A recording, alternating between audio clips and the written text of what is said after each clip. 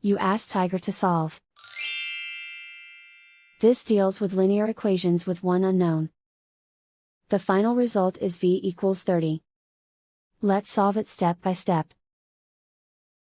Group all v terms on the left side of the equation.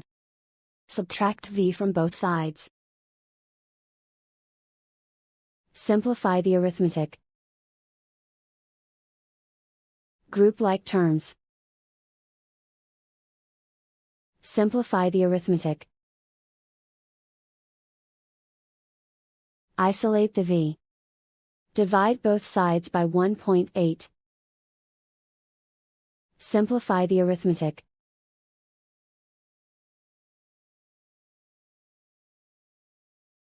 And so the final result is v equals 30.